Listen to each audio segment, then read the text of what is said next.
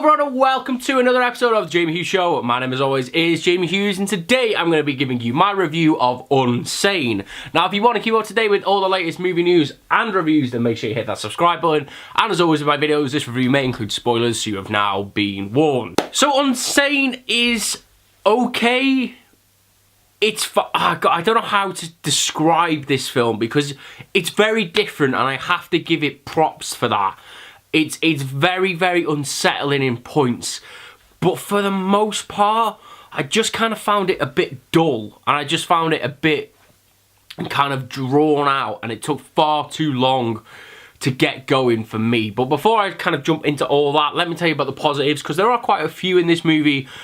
First up, I want to say that Claire Foy is brilliant in this film. She gives such a great performance. Like, for me, well, she carries the film. She's like, I hate using the term, but she's the biggest actress in this movie. She is the main character, and a lot of the movie is really focused on her, and she did a really great job of being really unsettling, but really kind of vulnerable at the same time. She gave a really strong performance, and especially kind of the progression that she has throughout the film where, you know, the fragments start to show and then by the end she is kind of pretty much unhinged but not totally, and she gave, I say, a really, really great performance. She carried this movie and she really kind of added to my enjoyment of this movie. Another thing that was great about this film, which I was worried about to begin with, but it actually really enhances this movie, is that for those of you guys that aren't aware, Steven Soderbergh shot this movie on an iPhone 7. So all of the film is shot on an iPhone, basically.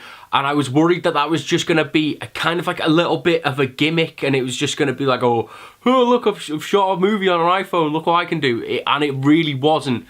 The kind of artistic and stylistic look of this movie was really, really enhanced by that kind of, it's not bad camera footage, but you could tell it wasn't like cinema camera footage. It felt off, and that is kind of the whole theme of the movie, is that something really feels off about this film all the way throughout.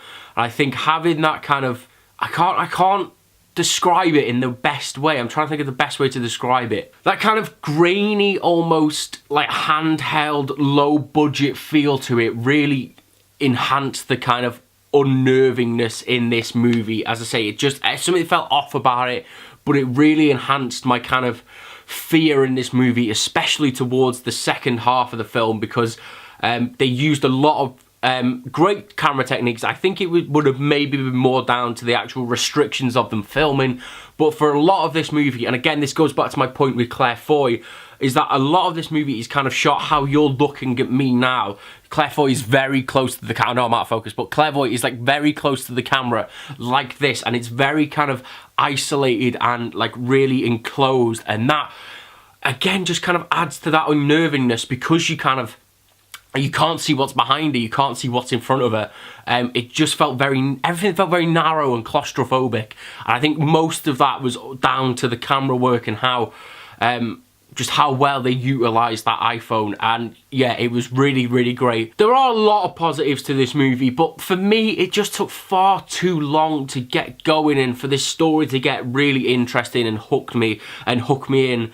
Because by the time I was totally interested, it felt like I was too far gone to be totally invested in this film. I just felt like the film's first kind of 40 to 45 minutes really, really dragged. I know we were trying to set up that story that was there, of kind of the balance of whether Sawyer is mentally insane or not, but it didn't really go anywhere. The plot didn't really go anywhere, and it was only kind of when we started to get the introduction of the flashbacks with Sawyer and the stalker that I actually kind of got interested, and I wanted to see where this story was going.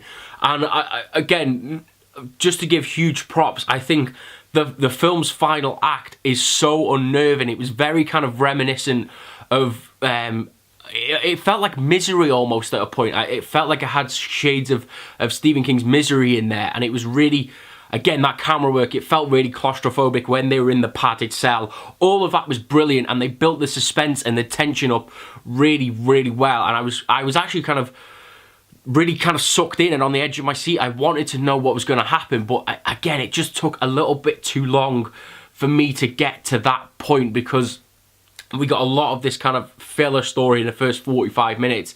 I say it then starts to pick up, and once it really picks up, it kind of fizzles out into nothing, and it kind of just ends really abruptly.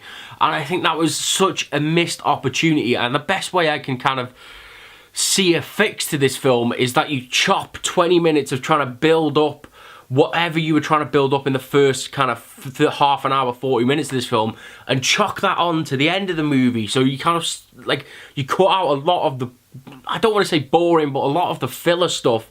Get to the kind of really interesting stuff of whether or not it is the stalker that's in the asylum with her. And then kind of after that, once she's semi-escaped and she's been taken away, and then I want to see repercussions of what has happened at the Institute, because we see the administrative officer get arrested, and we see a lot of kind of what we think is going to be resolution to this story, and we totally don't get any. And I get that that is fine in a sense, because it is supposed to be unnerving. I was going to make a pun and say unsaning there, but that doesn't work. But you know, it's supposed to be a little bit unnerving, like whether has she truly really escaped the Brian in the past and her stalker. That's shown really well right in the last clip of this film. But at the same time, I think you need that resolution. You need to know what's happened. We can still have her being really unstable and worried about what's going to happen, but I just needed some closure on some other plot points. Like, we don't really know what happens. We don't really find out what happened to Noah.